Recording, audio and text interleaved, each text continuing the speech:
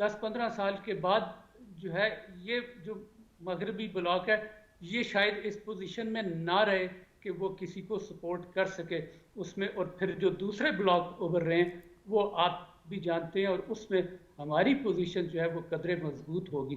تو میں یہ کہنا چاہتا ہوں کہ ایک تو ہمیں یہ ذہن میں رکھنے کی ضرورت ہے کہ یہ اس کو ہم لانگ ٹرم کے لیے تیار رہیں، کشمیری بھی اور پاکستانی بھی، کہ یہ 1-2 سال میں حل نہیں ہوگا. تو یہ ہمیں تیار رہنا پڑے گا کہ وہ اس کے لیے کیا ہے. اب اس کے اندر دیکھیے ایک اور چیز جو ہم نے ملحوظ خاطر رکھنی ہے وہ یہ ہے کہ آج کل ٹیکنالوجی کی جنگ ہے اور جس کو ساتھ لینا پڑے گا. اگر ہم اس کا توڑ نہیں رکھیں گے ٹیکنالوجی کا اپنے پاس تو پھر مشکل ہو جائے گی. جذبے کے ساتھ آپ کو وہ سائنٹیفک طریقے بھی اپنانے پڑیں گے پاکستان کو، اور کشمیریوں کو ان کو ایکسیس دینی پڑے گی تاکہ وہ اپنی جدوجہد جو ہے وہ کامیابی سے جو ہے اس کو جاری رکھ سکیں، کیونکہ یہ ابھی چلے گی معذرت کے ساتھ.